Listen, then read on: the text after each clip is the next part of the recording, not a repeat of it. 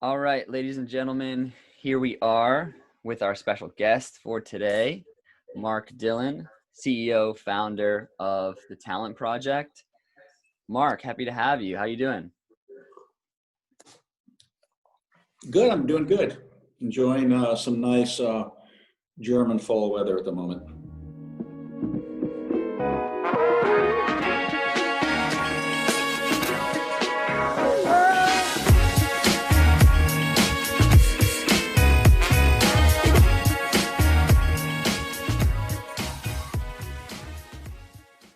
Excellent. Happy to hear that. So, what brings you over to Germany? What are you doing over in Germany at the moment?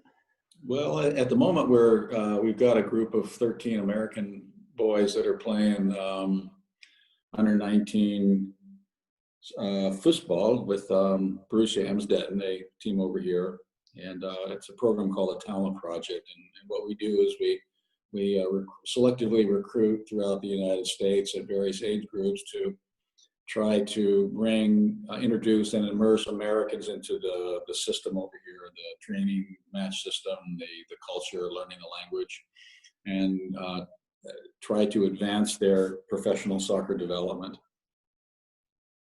So this is an accelerated learning environment, and it's not for everybody, but our results have been pretty outstanding with the groups that we've had so far. Yeah. So, talk to me a little bit about your background. Where did you play overseas in Germany? Did you start more in the States? What kind of led up to, what was the prerequisite to you eventually starting this program over here and finding yourself in Germany? Well, I've been in various incarnations of the professional game in the United States for about 35 years, not including some playing years where I played a bit in the old NASL and the Pele years, and I also played overseas in the United Kingdom, in England and Wales. Came back and been actively involved from the coaching standpoint and management standpoint, and I've had a chance to work in Germany and in the Netherlands with some very big clubs like Leverkusen and Ajax. And so I have a lot of comparative analysis that I can bring back to the United States in terms of what happens on a day-to-day basis with the young players and why do they get better than ours. Mm-hmm. And the idea was that if we could create an environment where the Americans could get in, they could have the same sort of advantages as their European counterparts, they could close the gap on the Europeans. And so in order to do that, and you can't do that with a week camp, you can't do that with a training camp, you can't do that in a month. It takes several months, and it takes layering of knowledge and experience and instruction, and kind of getting players out of their comfort zone in order for them to really learn what they need to learn. And they're not going through anything over here aside from potentially the homesickness issue, which is always something that we deal with, but that's very, very normal. But basically, they are going through the same sort of education that a player would be at a major club. It could be an English club, or it could be German or Dutch or French or whatever it is. But they're basically learning what it is to be and what it means to become a professional. And it's a year-long program as well. And so that's why I'm here. I'm trying to make American players better. So talk to me about how you made that difference between making an impact on the game for American players by doing that actually in the country, because I know you and I have talked about this quite a bit, that difference between being in an American academy system and coming over to Europe and trying your trade out there. So how did you make that distinction of recognizing, okay, I've done what I can to help players over here in the States, but I think the next step is really for me to go and start a program over there where I can bring the players and immerse them over in Germany?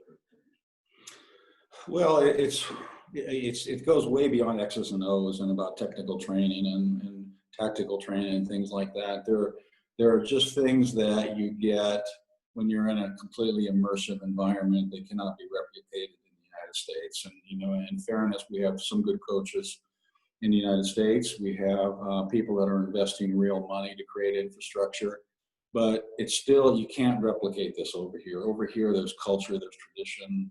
You're completely surrounded by professional soccer everywhere, and the competitive level.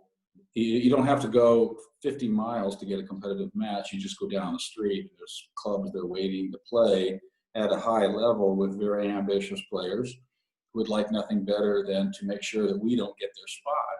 And so on Saturday afternoon when there's a match, it's tough, and everybody wants to beat the Americans, and it forces us to, it forces our guys to reach deeper and to look more, and they have to do more. They have to learn much deeper levels of tactical awareness. They discover when they're in this environment that one moment of lapsed concentration can cost you the game. And the game is going fast. It's completely fluid. It's very well thought out. It's very, very hyper competitive. And in that environment, it's forcing the players to reach to much higher levels. And that creates a massive difference in how they develop. Yeah, I think you hit the nail on the head with a couple of points in there that, I noticed in just my brief time in coming over to Germany, as well as there's a couple things almost working against you when you're an American that comes overseas. Because as you said, everyone recognizes you as the American, and there's a lot of guys in leagues and a lot of people that don't necessarily want to see you succeed. So you have that kind of working against you. And you're immediately thrown into this environment where you have to compete and you have to step up to the next level. And oftentimes it's not just matching the level of what's already there, it's maybe surpassing it because you're the foreign import. So how do you feel as if you kind of set your guys up to adjust to all those things that you talked about the difficulties of not only that, but being away from home for the first time for many of them, and experiencing a whole new culture that's completely foreign to anything that they've been a part of growing up? Well, that's a good question.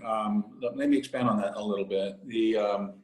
There are a number of factors that are involved. First of all, it's very tough to become a pro, and you have to be very honest. And it doesn't matter whether it's in the United States or it's in Germany or any place else. Becoming a pro is hard, and the failure rate is very high. Absolutely. But there are a number of things that get in the way of talent. And so let's assume that we have players that are really, really talented, and we immerse them into an environment over here.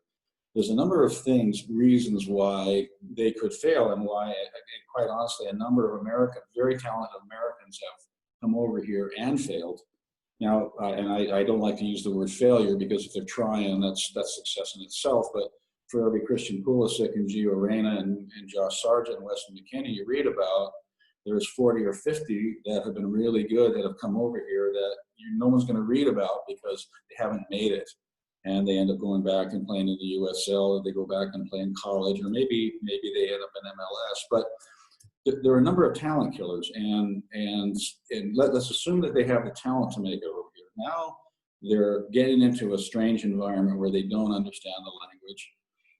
They don't understand the culture. The food is different. The weather is different. The demands on the field are different. There's a homesickness issue that always plays in. These are all things that conspire to negate talent.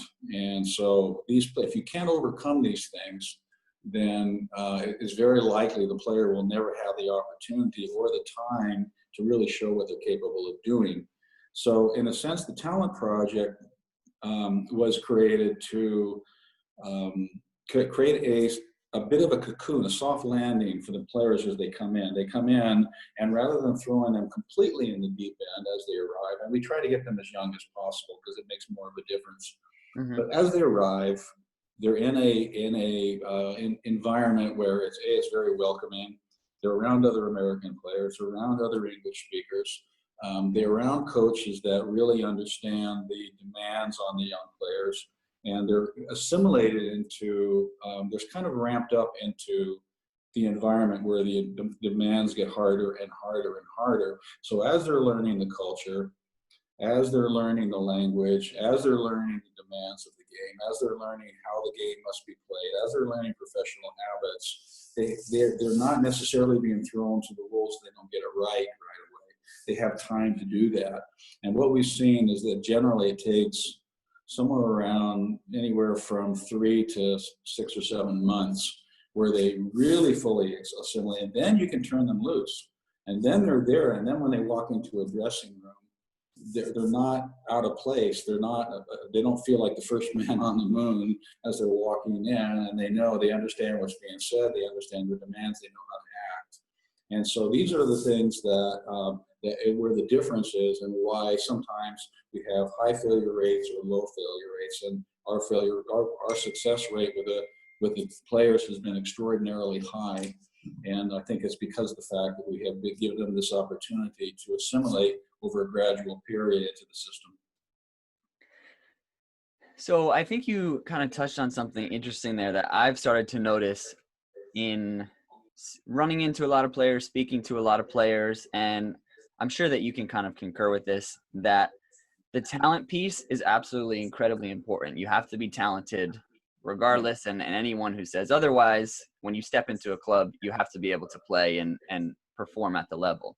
But I think where the difference really lies in whether or not you truly become successful, reach your full potential. You know, some of those players that you're referring to, for every Josh Sargent, Christian Pulisic who has success, there's a handful who didn't. And I think oftentimes what I wonder is that group that didn't, you may have had one or two that were just as talented, if not more talented, than the Pulisic's or the Josh Sargents. But it more so becomes, how mentally tough are you? How much can you endure? And can you be in those difficult, uncomfortable situations and then still go on to exceed? And with your players, yes, there is still that level of comfort when they first come over because they have that familiarity with the language and a little bit with the culture as they kind of slowly immerse into it. But there is still going to be a lot of hardship. And do you start to see that within the players who then go on to have opportunity after your program? Yeah, I do. Look at we have a saying that you shoot for the moon, and when you miss, you end up in the stars anyway. And so you never lose by becoming a better player. And quite honestly, we're very frank with our players and very straight up. It's the chances are you're going to go home because it's hard. And even the boys at Mönchengladbach or at Schalke or Leverkusen or FC Bayern, the guys in your own age, they're going to have a high failure rate too. So you really have to have something exceptional. But by learning the habit, by learning the levels that you have to get to in order to play at those levels, and it's aspiring to ascending to those levels, you become so much more of a player, and you come back into the United States as much better than when you left. Now, an example of that is if you look at the college game, and some of the very best players in the U.S. college game are guys that came out of English or German academy systems, and they came all the way through, and they're grounded in professional habits. They understand the professional culture. They have professional discipline. They have professional technique. They have professional understanding of tactics. They just didn't maybe have that 1%. And they got to the age of 17 or 18, and the club took them aside and said, look, we don't think we can do anything more for you here. And we advise you to either find another career, find another club, or maybe you consider going to the United States to play. Well, they come over here, and it's a gold mine. A gold mine for the coaches over here, because they get good players that can play immediately from their freshman year on, or they move on to other clubs. So, but you touched on, I mean, you brought it, you have to have the talent. And what we're expanding on here, and what we've really discovered, was the concept of whispering talent. And whispering talent is what we describe as players who are talented. They're talented enough to make it, but they're undiscovered, and they haven't quite brought that out of them yet. And there are a number of factors to that. One, maybe they haven't had the coaching or the competitive environment to really develop, and maybe it's strictly a physical issue. They haven't grown yet, they haven't filled out, and they're not quite strong enough yet. And one of the analogies I've heard was it's related to track and field, and track and field. And a coach is looking at a 10-1 sprinter, and he's looking at a 10-6 sprinter, and they're 18 years old, and he says, well, you know, obviously the one you're going to collect, the one you want to select is the 10-1 sprinter. Okay, but then you look deeper at it. Okay, the 10-1 sprinter has had the advantages of the best coaching, he's had the best environment, he's had the best competition, and the 10-6 sprinter is the guy who has done everything on his own without coaching, without the environment, without the facilities. And that guy, the 10-6, might actually have higher potential. So now we take that same scenario and we bring it into the soccer world. You take an American kid and you know that there's talent there, but he hasn't developed yet. He hasn't been in that environment. He hasn't had the type of professional level coaching that a kid over here would get. He hasn't had the competitive environment. He hasn't had the facilities. He hasn't had a chance to experience what it's like in an environment where there's so much professional soccer around and such good soccer around them. So now you would bring them into, this is the whispering talent. Now you bring them into that environment where now they're getting the coaching, now they're getting the environment, now they're getting the training, now they're getting the facilities, now they're getting the benefit of being in a real accelerated learning environment, and all of a sudden they just take off. So normally we would say that in order to make it as an American over here, you have to be better than what they've got. Mm-hmm. Better, clearly better. And that's what we've always said. What we've discovered over the past year is that when we can bring guys in that are equal to the level of the players that they're competing against at the highest level, we believe our guys will become better, because they have not, now it's apples and apples, but we haven't had that environment. We haven't had facilities. And we believe that the players could, in fact, have much higher potential than the ones that they're competing against. So that basically manifests the concept of whispering talent. Whispering talent is transformed into roaring talent, shouting talent. Yeah.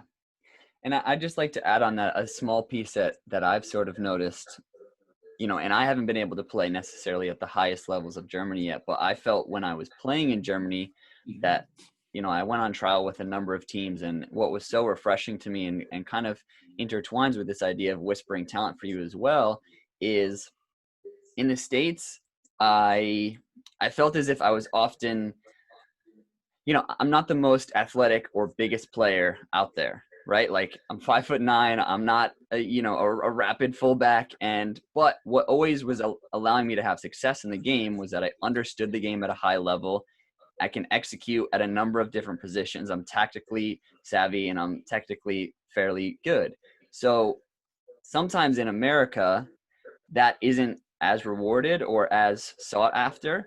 And I would go over to Germany and, you know, be doing these very simple things that still affect the game and make an impact on the game, but aren't necessarily the same things that many American coaches would be looking for. And those were the type of things that I was being praised for and that was being sought after, were those kind of abilities. And it's, you know, it's reflective of in the style of the German soccer system.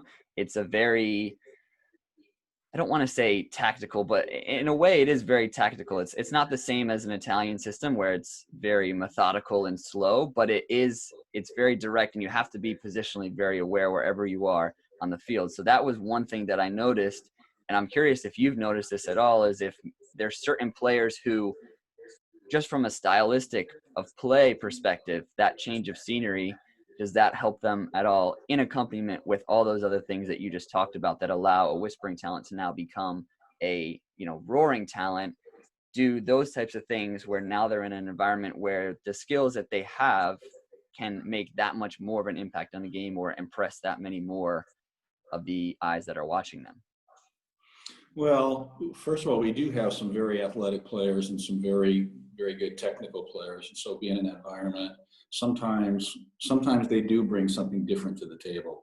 And the people over there that would be assessing American talent for potential in their club, they would be looking for something different. They do like the American mentality. They do like the athleticism. They do like the optimism that the players bring and the good training habits. So from that standpoint, the players are sought out. But yes, the answer is, first of all, the game, particularly over here, and I think this is where the difference really lies, one of the differences really lie.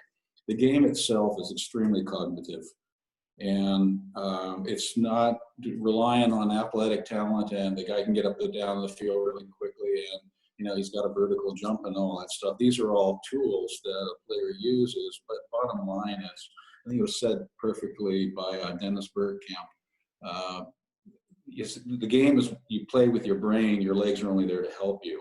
Mm-hmm. And so what the players learn here, or what they, is part of what the nuances of learning professional soccer is so much of it is cognitive. It's about visual cues. It's about pattern recognition. It's about reading the language of time and space. And until you get that down, it really doesn't matter about athleticism. It doesn't really matter about technique, because missing a press over here, and they play a very high pressing game over here. One player doesn't do his job. One doesn't pick up the pattern. One doesn't pick up the visual cues. He's too late to the space. And 2 passes later, the team's got the ball. 2 passes later, they're in your box. And it's because one person 80 yards up the field didn't do their job correctly.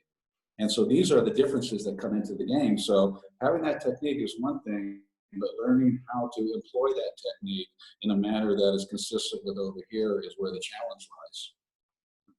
It's funny that you mentioned the high press. The past few games when I've watched Bayern play, often the thought has come into my mind is, I wonder if there's a number of American coaches over here that are watching that and thinking, yeah, like let me go implement that, and let's that be the defensive style that we play. And you made such an important point about that, is oftentimes that Bayern press looks very, helter skelter, but it's not. It's very methodical, and it's very thought out. And just when you think that the other team's about to break it, it just comes with another wave, and there's another level, and someone else has stepped forward to win the ball. So it looks so dangerous to watch.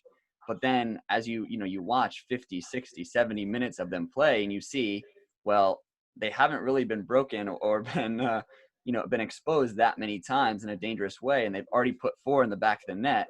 Then you start to think like, okay, maybe there is really something to this. But that was hours and hours of training, that specific press, but also all of those players had the knowledge going into that of their roles in a situation like that. They were able to adapt to a press that was put on by their coach. Well, yeah, you're absolutely right. And yeah, quite honestly, that type of to play at that level is not something a player could pick up in a chalk session or a classroom session or watching videos and stuff. They may get an idea, but how it works, it takes an enormous amount of concentration. And you also have to have an extremely high fitness level, because if you can't do the work, there is 0 chance that you're going to be able to effectively work a counter press. Mm-hmm. But it's extremely, you've got to be so aware on the field. And sometimes you see, as they're manipulating the field, they might organize a press where they give the other team enough space that they think that they can play the ball in. What they're doing is they're just setting up a trap later further on down the field. So yeah, go ahead and play it, but then all of a sudden the trap closes. They step into it like clumsy bears, and all of a sudden the other team, we've got the ball back, and next thing we're in their box. And this takes an enormous amount of coordination, and not a lot of players just really cannot get to that level. Yeah. And to have that full footballing education where, you have the potential to be a player like that in the peak of your career, the peak of your athletic years, where do you feel is the ages where that high level training, or what's the age that makes the difference? What's the gap, or the age bracket where this is where something really needs to happen, and it needs to be a switch of mentality, or a talent level needs to raise for them to then go on to have that successful career? Well, the technique should be ingrained early. I mean, as early as possible. I mean, the use of both feet, the ability to pass and collect the ball and be comfortable with the ball should happen as early as possible, 7, 8 years old even. But the real professional education begins about 14. between 14 and 18 are really the key years. And this is where most certainly in professional development, under 16 is the last year of youth soccer. Mm-hmm. And so, you have, by that point, you have to be, you have to take the training wheels off. You're playing with the big boys, and most of the guys at under 17 level at a professional club are on contract. So they're already pros at one level or another. So that age between 14 and, there's growth issues, and some guys don't grow, they grow late. Some guys go too early and they lose their speed and they're uncomfortable, and you have to work through that. And if you don't, you'll potentially lose a player. Marco Reus was a perfect example of it. He's one of the biggest players in Germany at Borussia Dortmund. And he was 14, 15, he was cast out. He just wasn't going to be good enough. And I'm sorry, but you're not going to be able to make it. And he was he was cast out playing for local clubs. He ended up playing in the reserves of a third league club when Borussia Mönchengladbach spotted him and said, "What on earth is this kid playing at this? He's got amazing technique. You just have to get him stronger." And so they brought him in, and he's at Borussia Mönchengladbach. Next thing you know, Borussia Dortmund's paying handsomely for him, and he's, this is not really an unusual story at all. You see lots of players who are identified in that gap, 14 to maybe 18, and this is where professional soccer has to be set. And I think that this is where we lose it in the United States. I think that we're still thinking youth soccer, and we're getting better at it though, because there's some really good people starting to come into the MLS academies, the academies that are subsidized and so supported by the professional clubs. Double Pass has instituted higher standards of operations and administration and the technical programs that they're supposed to be implemented in player development. It's coming along in a much better way, but still, that if we lose that 14 to 18-year-old gap, then I don't think the players will ever reach the level that they really have the potential to be at. So then it was certainly no mistake that you chose to set up your program having players exactly in that age bracket, correct? Because right now you have 2 age groups in your program, or do you have more? Well, we have 3 right now, and we'll have 4 starting in August. So we're going to start we start at the U16 level. That's the first. We started our group with 2004s. In August 2019, we decided, because of the mess with the DA dissolving and then COVID stealing the college opportunity for a number of players, we decided it was a good time to launch a gap year program. So we have some players here now in the program that otherwise would be playing college ball. But we wanted to start at U16 because younger than that, we're facing there's greater potential for homesickness, players being away too early. We didn't want to push it too quickly. And then also as players as they start to evolve and they go higher up the chain, then you're dealing with competing with national team, selection call-ups. We're dealing with competing with other groups that are recruiting for the same players. And so by getting them in there early, and then we only promise 1 year at U16, but if they can do well, they evolve, then they can move up. But that's where we start, and so we'll be moving from U16 on up to U19, and we're also working with players below that, so we can start establishing our scouting base of 2006, 7, and 8s, and we want to identify who the players are that potentially can become our stars 2 or 3 years down the road. So we're already working with them. We look to try to bring them in for short periods of times to introduce them, to see how they respond to the environment, to test them out, to do some analysis, and for them to test us out too, and which is also very important. Is this an environment where you would like to be? And we ask the boy, how do you feel about living in this environment? You ask the parents, how would you feel about your son being educated in this environment? So there's a two-way street, but we're looking at talent. We're trying to find, we're looking for the future stars of American soccer. So Expand for me a little bit on what that dialogue is like between you and player, or you and player and parent, because I know you and I have spoken to this a little bit, and not every player is really ready to make that jump over to Europe. So, how do you kind of navigate that process of maybe this is a talented player, but I don't know if they're fully ready to take on everything that entails with coming over to Europe? What does that conversation kind of look like? Well, here's how it starts. First of all, we get tips on players. We have a number of people that are reliable talent spotters around the country that help us to. They have identified a player. We can look into it. We can get video. The next step that's extremely important to us is that we have a character and personality pre-screening test, and it takes the player about anywhere from 45 minutes to an hour and a half to complete. And it just asks questions about who they are and about their personality and who their heroes are and why are these your heroes? How do you feel about bullying? What are your ambitions in life? What would you like to do if you weren't playing football, or if it was denied for you to play football? There's a number of things, but there's a few traps in that as well. And we look for that. We look for the sort of person that could be potentially selfish, potentially antisocial, potentially really looking for just a fun adventure rather than something that they're really burning to do, and they really need to burn Hmm. inside to get this opportunity to really to want to play at the highest level. So once we've gone through that, once we've reviewed that process, then we get on the phone and we do interviews with the players. And sometimes I prefer to do this live, but sometimes it's not, particularly now with COVID, it's not possible at all. But we do, such as we're talking right now, we want to eyeball them. We want to talk to them. We want to learn who this kid is and really what is motivating him. And we want to talk to the parents, and we want to see what kind of support the parents are. Are they supportive? Are they helicopter parents? Are they answering all the questions for their son instead of letting him answer his own Yeah. questions? And are they overly involved? Will they be trying to manipulate the education and stuff from 4,000 miles away? These are important questions because we don't want that kind of interference. They have to trust us.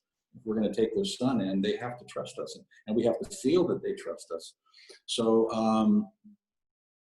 so we're looking for the type of player that can come into this environment, that we know that even when maybe things aren't going entirely well for them, they're missing their dog, they're missing their friends, they're missing their family, they're missing their room, they miss their girl, they miss. And these are all things that are very, very normal. And it doesn't matter whether it's a Talent Project or if it's La Masia in Barcelona. When kids get away from home, young people, these things fit in. Well, now we deal with this, but what we don't want is to bring guys into the system that could be troublesome, that could be antisocial, that they can just completely go into the weeds, and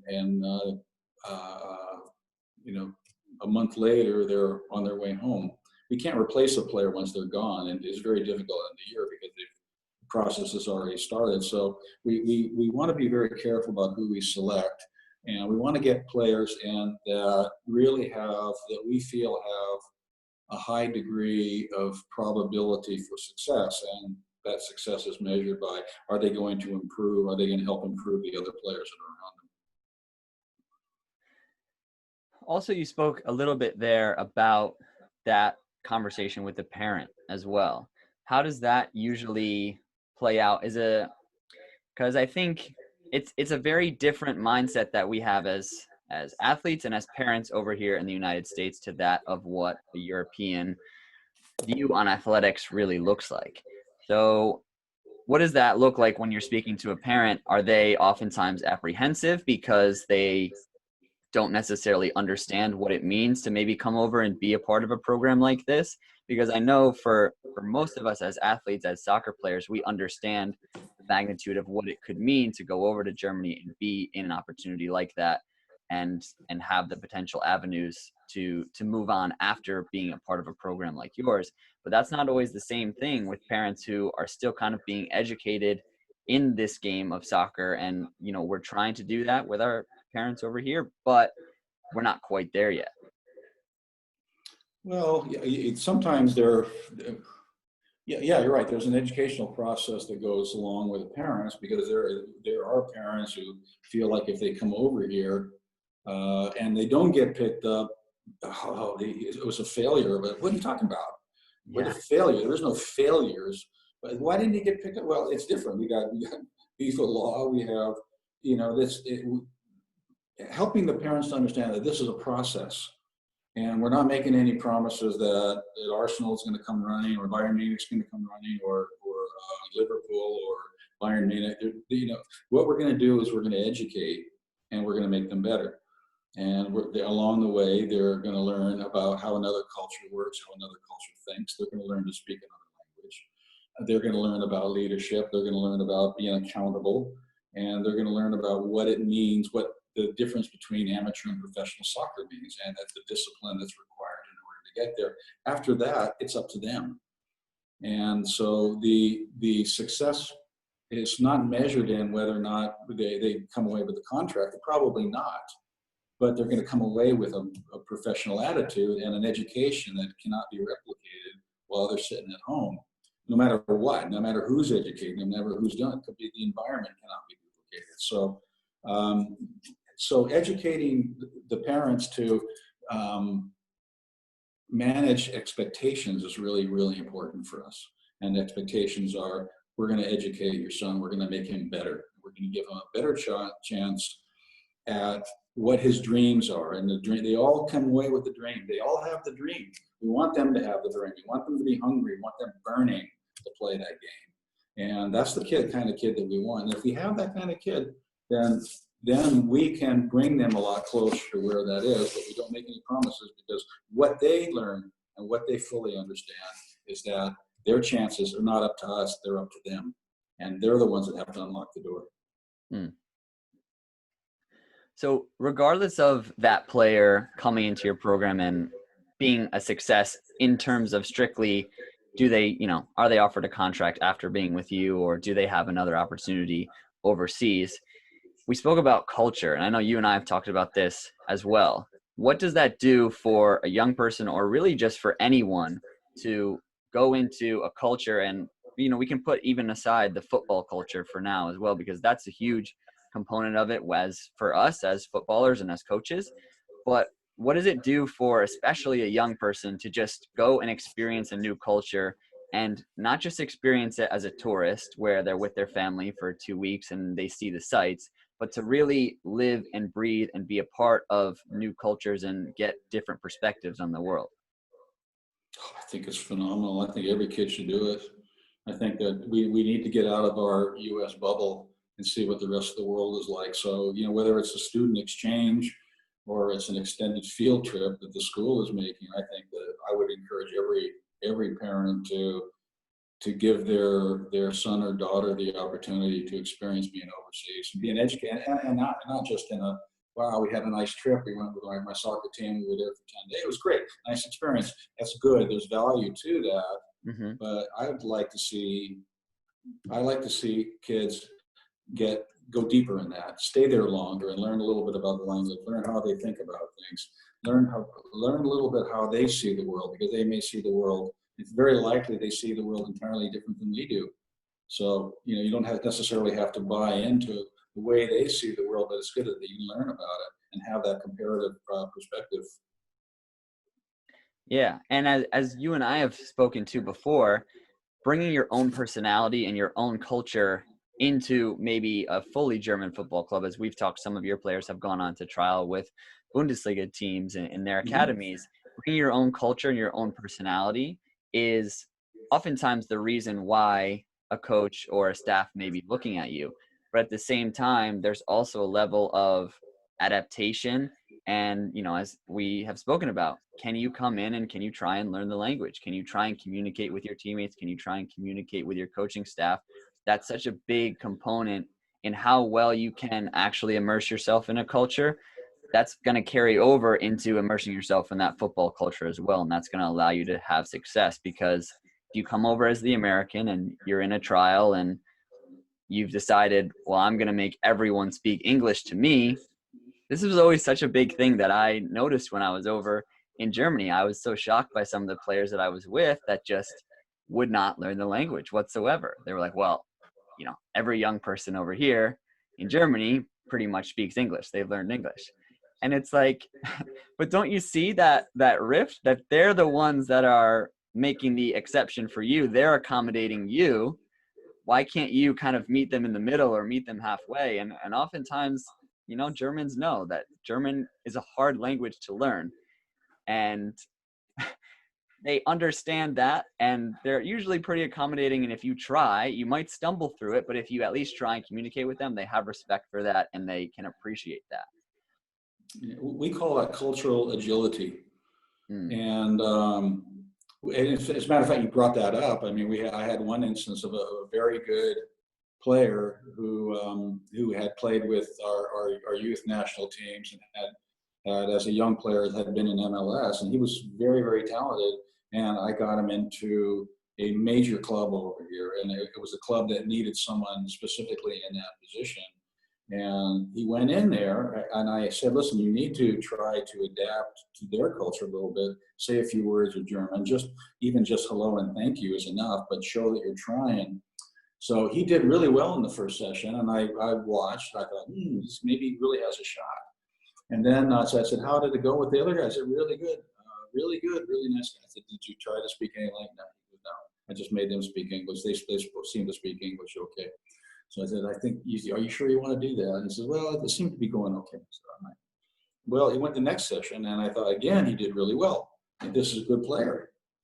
And so after the session, the coach called me aside, and he says, well, I like your boy. He's a really good player, and he's 99% what we want. So it was clear to me that 1% was looming large in the background. And I said, okay, what is the problem? He said he never tried to speak German. I said, so he could learn German. He said, we're going to pass on him. He didn't try. And that just tells us that he really wasn't interested in learning about our culture. So thank you for bringing him out there. We appreciate it, and we wish him the best of luck. End of story. So I said, dude, what did you do? I told you, make a little bit of effort, and you could go a long ways, and it just cost you an opportunity to play at one of the biggest clubs in Europe. Oh, these are sort of things. But this is what we try to do with the Talent Project. We said we're not going to let our guys make that kind of mistake. And if we're bringing over a player and we're going to introduce them to a club, we're putting our reputation on the line. So we want to make sure that we're not sending anybody in just because he's talented. We want to make sure he's talented. We're going to send him in because he's right. When you spoke about that 1% that was missing, I think that kind of touches on an overarching, maybe bigger theme in just chasing the professional dream, and that I've certainly noticed is that you're trying to do something that less than 1% of the population can do. Meaning, there's going to be a million different reasons why something won't work out for you, why you won't be given an opportunity and won't have the chance to sign with whatever club that you're trialing with. And, that's one example that you just laid out for us right there, in which you have all the other pieces, but he didn't try and learn the language. And that's actually something that he could have controlled. He had the power to change that situation. Had he tried to maybe speak a little German, maybe the outcome would have been different. There's so many other things at play, when you're looking for a professional contract and you're going to sign with a team. I talk about it a lot on this podcast. You're just looking for one team, one coach, like one club that will provide you with an opportunity, because there's going to be so many that are going to not be able to accommodate you. And that's for whatever reason. As an American, you might need to be provided with housing, and a club can't do that. Or, you need a certain wage, or maybe they're not looking for your position, or there's just, the list is endless of why an opportunity won't work out. And so you kind of just touched on that. Everything that you can control as a player going into an environment, try and make sure you check all those boxes, because there's a million things already just from an environment perspective that are working against you. If you're a foreigner, it's going to require you to be given a work visa to play for most professional clubs.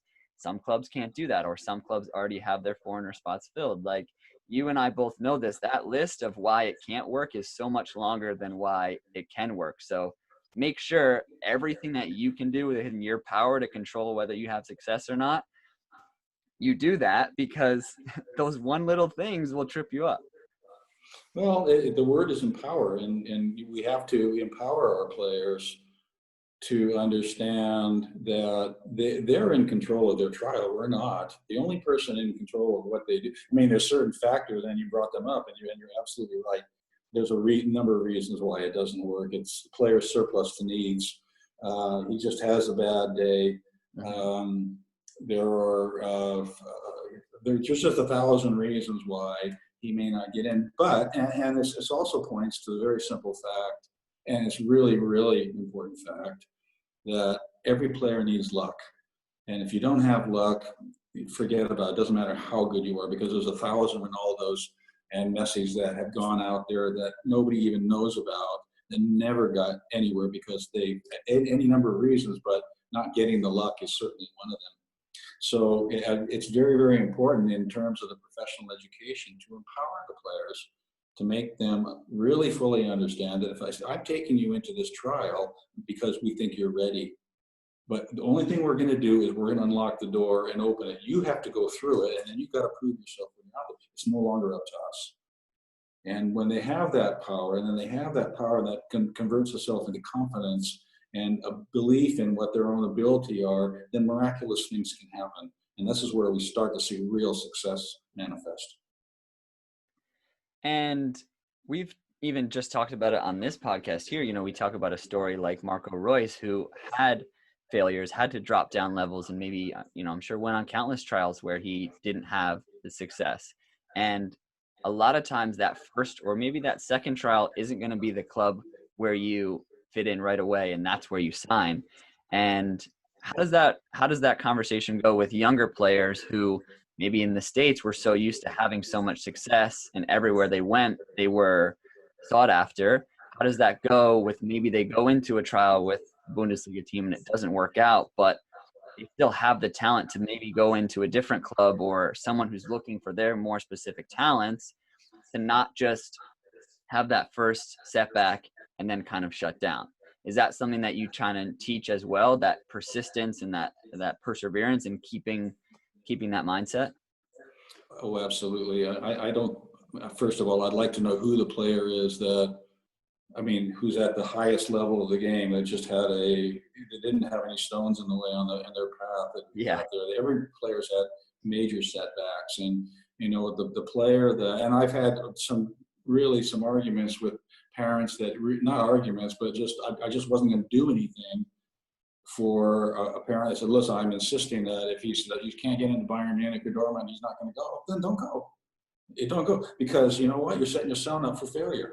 You know, it takes a very, very special kid to get into that environment right off the bat. Now, if he is really, really exceptional and he can get in, that the chances are he's already been scouted 15 or 20 times anyway.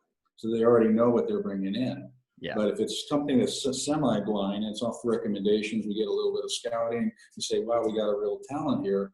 We're not going to, and we want to make sure the player understands that we're not hinging their success on one trial, one opportunity, because sometimes they have to go in and they have to get kicked in the teeth, and they say, oh boy, that was hard, that was difficult, I think I can get there. You're not ready, but we never say you're not ready. We might say you're not ready yet. So they understand that yet means that they do have the potential to get there. And so let's set back a little. Let's take a step back, because we can get you into this environment over here, which could be a step to this environment, which is a step to that environment. Now we're going to get you to where we go, but we're just not going to do it overnight. We're going to take a year. We're going to take a year and a half. We're going to take 2 years. We think you can get there. And each way along the way is going to be another step up. I think that's really important what you just said, and a lot of players or coaches who may be listening to this should take this on board. And you said it earlier, the main person, who's in the driver's seat for the player's development is always going to be the player. You know, we know that any amount of coaching, it doesn't matter if the player is not fully engaged, fully switched on, and it's their passion and desire to go on and do this. But at the same time, from a coaching perspective, you have to support that player even in the failures and even in the hardships. And, you know, everyone has heard stories of the players who have maybe gone into trials or been a part of clubs where the coach has told them, you're never going to make it. This isn't going to happen for you. It's never going to happen. And I'm always just mind boggled by that mentality, because it doesn't make sense to me why you would ever say that to a player. I mean, unless you're trying to Jedi mind trick them or something, and tell them that, so then they're that much more motivated to go on and do it, and because that will light the fire underneath them. It always, because I know myself, if I'm in a coaching perspective, even if I don't think a player is ever going to make it to that level, who am I to really say? Who am I to tell this young person who's trying to achieve this dream that they're never going to do it? That language that you used is the perfect language for it. Is you're not ready for it yet. There's always things that you can do to at least try and put yourself in a better position to achieve whatever it is that your dream is. It may not be that you're just ready for it right now, but there's always a possibility. There's always a pause, and you need people around you. The players really need people around them that understand that and understand the process along the way. And it's very easy to dismiss a 15-year-old. Oh, he's not quick enough. You know, but then another one looks at him and says, well, wait, he's just grown 6 inches. We talked to him and he said, look, he's growing up. His muscles and bones are out of sync. Look at the decisions he's making. Look how he's moving on the field. These are things that might be nuances, but picked up by someone with a much better eye. Whereas a kid that might say, he's dismissed, and now he's put into he's demoralized. He thinks he's got no chance to make it, and maybe this guy has the potential to be an international class player. But here's a perfect example of management, of world class management. When Andre Iniesta was brought into La Masia at Barcelona, he was 14 years old. Maybe he was 30 or 40, but he was young. And he's only coming 2 hours away. So it wasn't like he was going from one side of the world to the other, but he was desperately homesick. He was really close to his family. He came from a small area, and he really, really struggled. Now, a kid like that could easily have been, by people that didn't really understand the emotional makeup of a boy that age, under the circumstances he was in, they might have just said, let's let him go home. He's not going to make it over here. But they're extremely astute at La Masia at Barcelona. They said that the head of coaching said, he got all his coaches together and said, this is going to be a star for us. But the kid he's very homesick. I don't want anybody trying to coach him. I don't want anybody trying to improve him. For the next 3 months, your job is to take care of him. Just take care of him. That's all we have to do. And he's going to come good for us. And that's what happened. Now, imagine now you take Andreas Estias, one of the best players ever. He could be completely anonymous. He could be one of those names out there of players that names that we don't even know, that didn't even make it. And so this is where understanding what the importance of, and the hard work and the serious work that youth football development comes in. You need people around that really understand that. Absolutely. In a similar kind of tone to that, this is something that you and I had spoken to previously, and it really made me think. You look at a player like Andres Iniesta, and we were actually talking about, you had said, if Lionel Messi was placed in an American system, would he have turned out to be the same player that he is? And I can't possibly imagine a world in which he would have been the same player that he is. But so, that kind of shows for us, if we have that mindset, that there has to be something that we can be doing better, or that needs to be different over here. What do you think this could be a conversation for hours, and other people in this country have had it for years and years, but what are some of those things?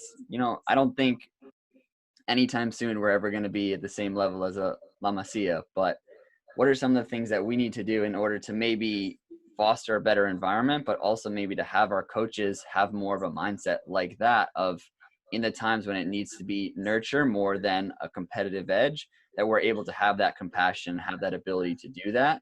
But then also, as you said too, when we get our players a little bit older, we still are in that youth soccer mentality, and that switch also needs to be made into, okay, now you're a professional, and this is going to be very different than when you were in the youth. What are some of the things that we can maybe start to do, or what ideas do you have about how we can change it over here? Well, for starters, a club, an academy, or development program really has to be very, very crystal clear about their reason for being. And 98% of them in the United States are there to create a competitive environment. They're thinking in terms of, okay, we're going to be in the league, and how do we get there, and how we want to get to the top of the league. Now, wanting to be in the top of the league it's not a bad thing to aspire to. You want to be successful, you want to win, but really, what is their reason for being there? If that's their reason for being, they can forget about. They don't necessarily have to be focused on whether or not they're developing professionals, because the chances are they're probably not. Or very often they're not. But on the other hand, you're looking at people that view the long term, and they're not necessarily, they're concerned about, our job is to get players through that could potentially be playing in our first team. So what does that involve? It involves educating them, and it involves this is pedagogy. Is this, I think, is the word. How does this player learn? What does he need to learn? And what is his emotional makeup? Where is he in the physical continuum there? How is he developed? Is he slow? Is he fast? Is he somewhere in the middle? How is he emotionally? How does he react to the matches? Is he driven to success? How does he react to setbacks? And these are all things that are factored in. And every player in an advanced system is a case. And they're talking about their cases. And this case is working. This case is not. This case may not get through. This case may. And Ajax is a perfect example. Their goal at Ajax, and they're good. They're just really, really good. But they emphasize the smallest details. The tiniest details don't go swept under the carpet. And the littlest things, if someone doesn't do their job, they get talked to. And if they don't keep doing their job, then they're going to be out. And that might be the person who's answering the telephone or making sure that the kits are clean for training. But everyone has to do their job. The objective at Ajax is that every 2 years they will matriculate 3 players from the youth system into the first team. That's their goal. And they know that they can't keep the players in their first team because the Netherlands is a small league, it's a small country, relatively small. They don't have the money. They can't get the TV exposure and money that the Premier League or the Bundesliga or Serie A or Spain can offer. So they know fully well that this is a business of bringing players through. And so just as a player becomes a star in the first team and he gets to showcase in the Champions League, everybody knows that when they come out of the Ajax system, they're really, really well educated. They're going to say, we're not going to hold on to you. We're going to put you in the transfer market. You're going to move on. And all of a sudden, another 17 or 18-year-old comes through that nobody even heard about, but he becomes a star and he moves up. He's there for 2 or 3 years. Meanwhile, we're developing the 13 and 14-year-old that they say, okay, 5 or 6 years, this is going to be our next guy to move up. They're thinking 8 years ahead. And so these 8 years, these kids that are totally anonymous, that nobody even knows about, they're getting unbelievable education, and they're watching them carefully, and they're seeing how they're developing. They're developing as people, emotionally strong, emotionally stable, people that can not just play in that environment, but react and thrive in a high-pressure environment. That takes a lot of work. Absolutely. And anytime I've had this conversation with others, I oftentimes find myself getting into the dialogue that I think people are a little bit misguided about, is that they then feel that the MLS, like our top league, needs to be improved. It needs to be in competition with the world level. It needs to be on the same level as European clubs. And I don't always necessarily think that that's the answer. I mean, you just referred to it perfectly. Why now? And this is no disrespect to Ajax, because obviously just recently they were in the semifinals of the Champions League. So they're still an incredibly talented squad, regardless of the fact that they oftentimes are selling most of their players. But I always liken it to kind of the Brazilian system, where if you're the best player in the Brazilian national team, 9 times out of 10, you're not playing your club ball in Brazil. You're oftentimes going to Europe. So I think a lot of times people get it confused in that if you are an American, like we want to have an American product that grows through the American system and then goes into the MLS and has success there and then is able to compete on the world stage. That could be a route, but it doesn't necessarily have to be. It can still be where our academy players then do kind of the trajectory that they're on right now, where they perform in the academy here and then they go over into Europe. And how do you feel about that concept that a lot of people have is, well, the MLS is still so bad and the MLS needs to be better? Do you necessarily think that's where the piece is missing, or what are your thoughts on that? Well, this is an evolutionary question. First of all, as an American, I would love to see MLS become one of the top 5 leagues in the world. And I mean, it might be because, you know, in America, we do things extraordinarily well, except that we're extraordinarily impatient. And to develop it, you know, the Bundesliga is what, 40, 50 years old. It's that there's clubs that have had maybe 100 years of history, but it took them 30 years to really evolve Yeah. as a league to where they were one of the dominant leagues in Europe. We're going to get there. I think that we've got some really smart people in the game. We're making I think we've made a lot of mistakes at the youth level. But they're trying. They're investing real money in it. Better and better people are coming through. Their coaching education is getting better. And so I'm optimistic about America's chances of becoming a major. In fact, we already are a major soccer country, but from the standpoint of developing just waves of international class player, I think that's in our potential. I think we're still a generation behind.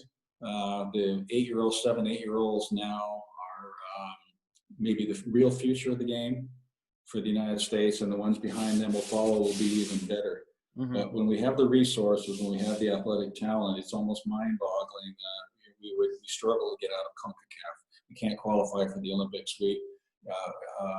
We've really regionally have failed as a nation, and we have to use those failures to address those failure points. Where are we going wrong? We have to get better, and I think we are getting better. We have some good people, but still, where do the players want to be? Where are the real dreams? They're in Europe. They want to play in La Liga, in the Bundesliga, in the Premier League. That's what they're seeing every weekend, and that's where the highest levels are. And ambitious players want to play at the highest level. Yeah, absolutely. Yeah, and I'm hoping that this is sort of the turning point, the start of a new wave that's going to look different for us, and it's definitely exciting to see. You know, we now have Americans playing alongside the best in the world. We have players at Chelsea playing for Juventus, playing alongside Ronaldo. Now we have 2 players in the Barcelona team. It's hopefully that is just the beginning of the snowball, and that starts to become more and more of a regular occurrence. And then also, can those players that are in those teams then go on to be, can you be the best player at Juventus? Can you be the best player at Chelsea? I think Pulisic is sort of maybe starting to have hints of that being a conversation that some people are starting to have, but can we have other players like that? I mentioned Brazil before. That Brazilian starting 11, when they have their national team go out, oftentimes each and every player in that starting 11 is one of the top 2 to 3 players in whatever their club is that they're playing for. Can we start to have that, but can that be they're the top 2 to 3 players in the Ajax's, Barcelona's, Juve's of the world, not they're the top 2 to 3 players in the FC Dallas's and Colorado Rapids of the world, or as you said, maybe in 15, 20, 30 years, now the MLS is another league where people want to come and play, and big time stars and players of high caliber want to play. Who knows? Well, that's exactly right, and I think we're going to America has an unbelievable sports culture, the best in the world. I mean, I'm not necessarily identifying soccer because we have our deficiencies, but if you look at from a macro standpoint, we've got 5 major leagues in the United States of sports that are commercially successful, that draw crowds, that excite the imagination, that we're fans of ice hockey, whether it's basketball or baseball, American football or soccer. And we have both genders going at soccer at a professional level. This is fantastic. What other country can can say that they've got that sort of sports culture. And we want to be good. Americans want to win. We want to be good, and it's going to take a little bit of time. But I said 25 years ago, having a conversation with some of my counterparts in Europe, that eventually an international class player is going to emerge out of the United States. And when he does, when he emerges, within 5 years, there'll be 20 right behind him. And it's the same situation of when Roger Bannister broke the 4-minute, and they said in the early 50s, breaking a 4-minute mile was humanly impossible. The body could not move, but the body could not process that much oxygen. The heart wasn't capable of pumping the blood fast enough. The muscles couldn't sustain that level of intensity for that long. It was impossible. Well, so when Roger Bannister broke the 4-minute mile in England, within 18 months, there's 20 other guys that broke the 4-minute mile. So it's like, okay, did all of a sudden the human race evolve to that level, or was it just simply a matter of saying that, hey, this guy can do it, I can too, and it just changed the entire paradigm? So Christian Pulisic definitely broke the glass ceiling. And now Gio Reyna is coming in through there, and then you've got all these young players that are starting to come in, and I think our best players haven't even been discovered yet. They're out there somewhere in Idaho or in Iowa or St. Louis or Orlando, Florida. So they're out there, and we're going to find them. And pretty soon, we're going to see some really good talent emerging. Yeah, I agree. So who's going to be the graduate of the Talent Projekt that's in that top 20 players for the U.S.? Oh, I would never reveal that. I wouldn't put a player under that kind of pressure. I will say one thing though. I think that from what I've seen, the class of 2007. When I say the class of 2007, I think the 2007 born class of players in the United States is the first generation. I think that's going to be our best generation. I've gone around, I've seen, wow, some really talented, and there's really good ones below that, by the way. I'm not saying that's to the exclusion of others, but in terms of sheer numbers of players going out, and you just go, wow, and you go to Raleigh, you go, wow, and you go to New York, you go, wow, you go to St. Louis, you go, wow, you go to Orange County, California, you go, wow. There's a lot of players at that, and they're going to be driving. I think that generation is going to be the one that's going to really tip the United States into the highest level worldwide. I think that it just made me think of this because you were mentioning those cities in the U.S. and I kind of was interested to see your thought on this. Is I noticed in Germany, because of the size of the country and the relation to, even if you're in a rural area, you're not necessarily always that far away from a bigger city, an urban area where maybe there is more opportunity from an athletic or sport perspective. Do you ever think that sometimes plays against us as an American player who's coming up through the system? As you said, maybe there's a super quality player in Idaho, but it's difficult if you're a player from Idaho because there's not that same caliber of, I'll just use myself as an example. I'm a player from upstate New York, so about 2.5 hours north of New York City. And we had a couple of clubs in our area, but for the most part, when we would go down, we'd play teams in New York City. It was difficult because there's just so many quality players, sprinkled all over New York City. And then when I went to college and then I started coaching in the Philadelphia, kind of New Jersey region, you just see that like pool right there is just loaded with talent. You have MLS academies there. You have other academies there. Even club teams that aren't associated with the development academy have quality just pouring out. How do you feel that maybe from a geographic perspective in our country, how does that relate to or maybe compare to what it's like in Germany? Well, that's a really good point, because sometimes you can have too much and too many. And I think we're a little bit of a victim of that.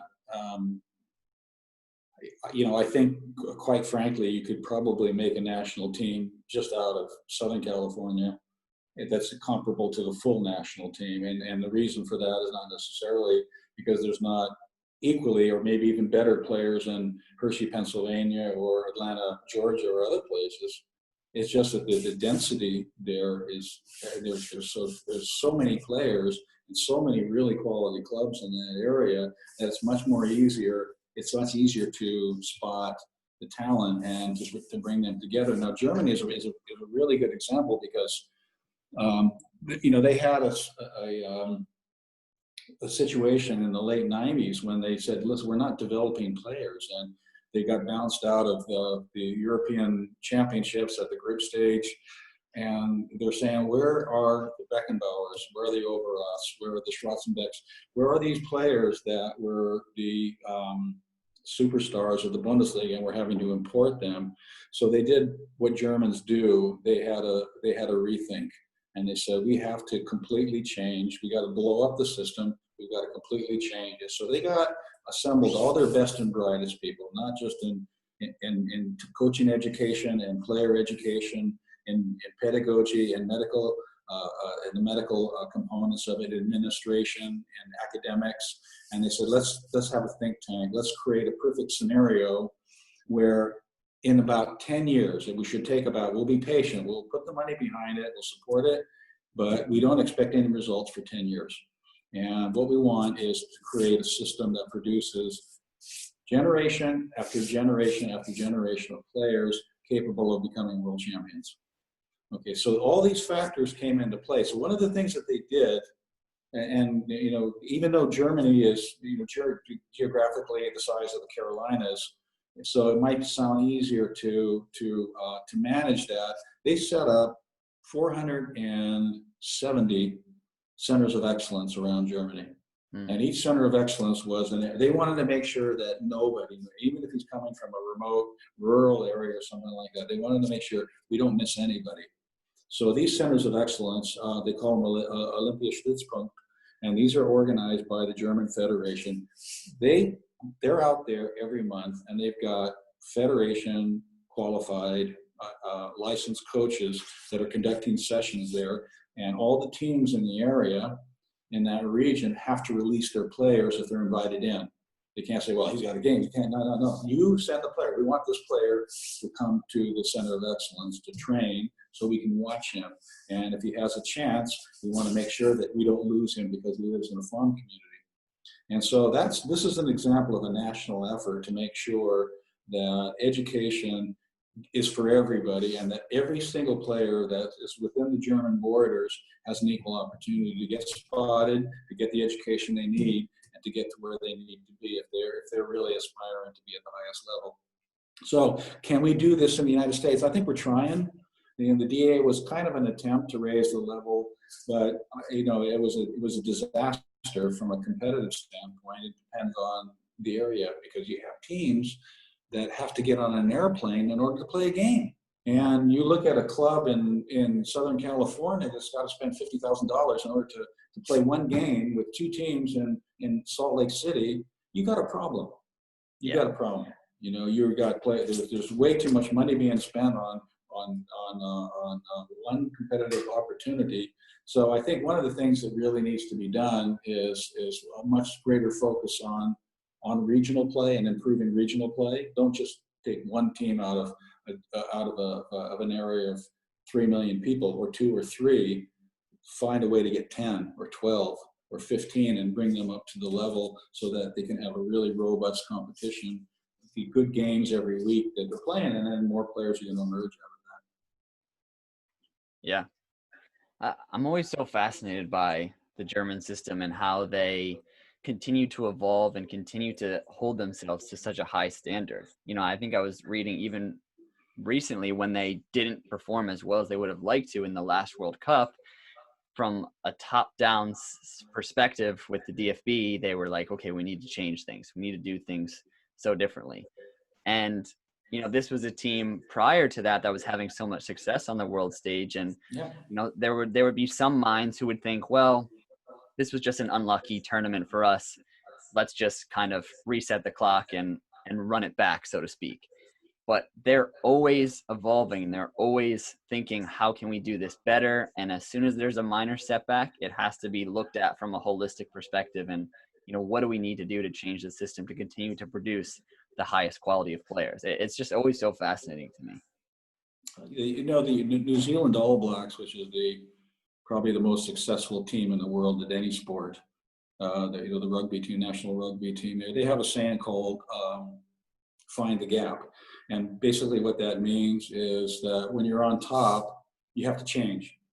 Because as soon as you get on top, people are going to start catching you and you're going to start getting stale. So you always have to keep changing things around a little bit. Now, what Germany did was, yeah, you're right. They were constantly in the top four in world competition. Their Bundesliga teams were doing really well, but they got stale.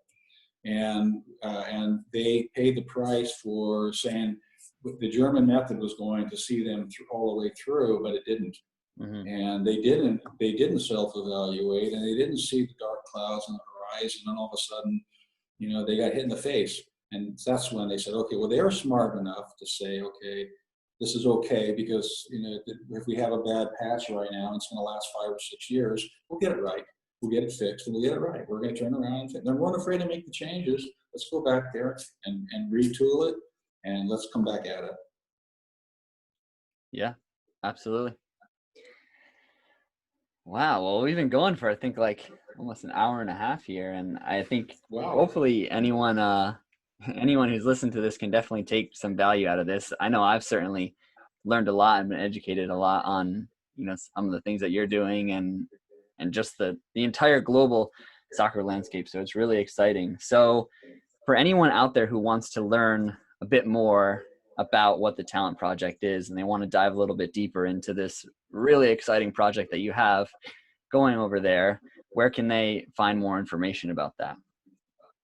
You can email us at info@talentprojekt.com, and Talent Projekt is spelled the German way, TALENTPROJEKT.com.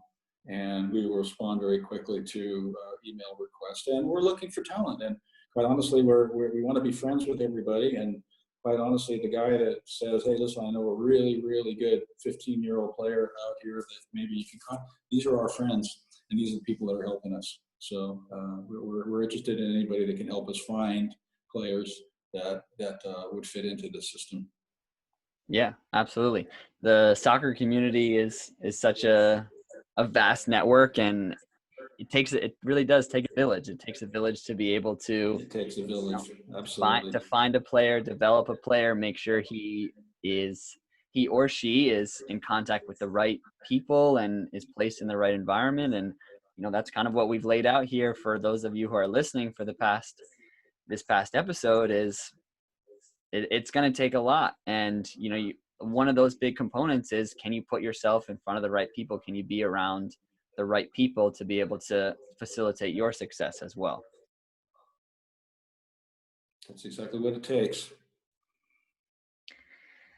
Well, thank you so much for coming on, being in the 11 today with us. For those of you listening, this has been Mark Dillon, the CEO and founder of the Talent Projekt over in Germany. Thank you all for listening today, and we'll